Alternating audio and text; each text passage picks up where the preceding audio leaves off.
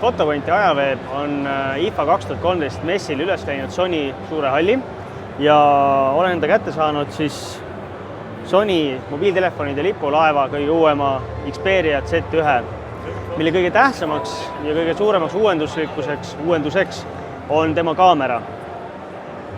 Nimelt on tema sees sensor sama suur, mis on kompaktkaamerates.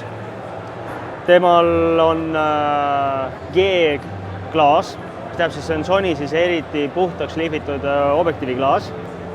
Ja peale selle on ta täiesti omaette seisev Bionzi siis protsessor, mis siis teeb sellest pildist lõpuks pildi.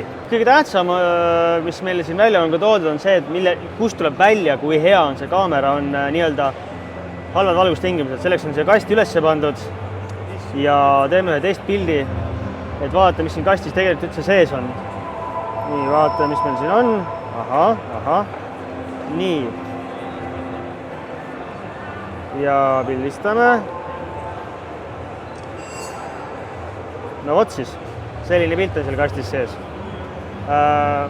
Võrdluseks, kui hea või kui halb see pimedates tingimustes pildistamine on, võtan siin oma iPhone 4S-i, kolakas, no ma näen igal juhul küünlaid, aga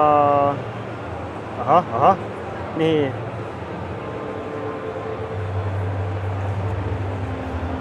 No ma ei tea, ei jäänud suurt midagi pildile.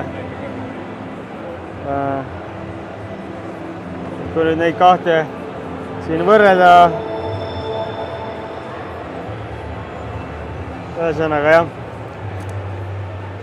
pildistamiseks kindlasti eriti hämarates tingimustes on siin kõvasti vaeva nähtud. Lisaks sellele, et tegemist on nagu näidatud väga hästi sobiva, pildistamiseks sobiva telefoniga, on ta siiski muidugi telefon väga hea suure värvilise ekraaniga.